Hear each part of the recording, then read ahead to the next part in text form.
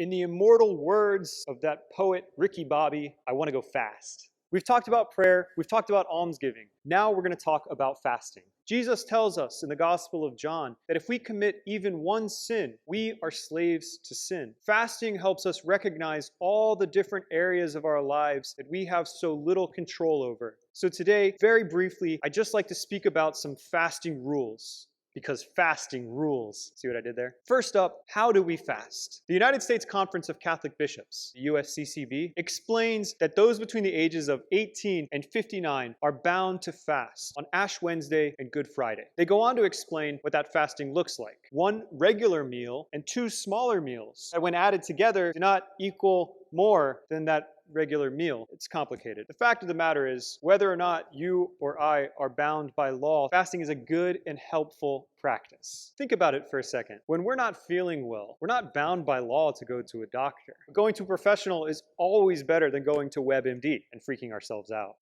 This says I'm dying. You and I are not bound by law to brush our teeth, but it's a good and healthy practice to do it twice a day. You and I are not bound by law to breathe, but it's what keeps us alive. Fasting is not something that's otherworldly. Fasting should be as familiar to us as breathing. It's that helpful for our spiritual lives. Next up, why? Why should we fast? Fasting reminds us of our ultimate longing. When we fast from Chick-fil-A or meat on Fridays or Starbucks and we feel that tug, that longing for those things that we've given up, we're reminded of our ultimate longing, which is for God Himself. Fasting also helps us practice detachment. It sheds light on those areas in our lives where we have little control over what attracts us and guides us. Think about how often we just casually glance at our phones without needing to.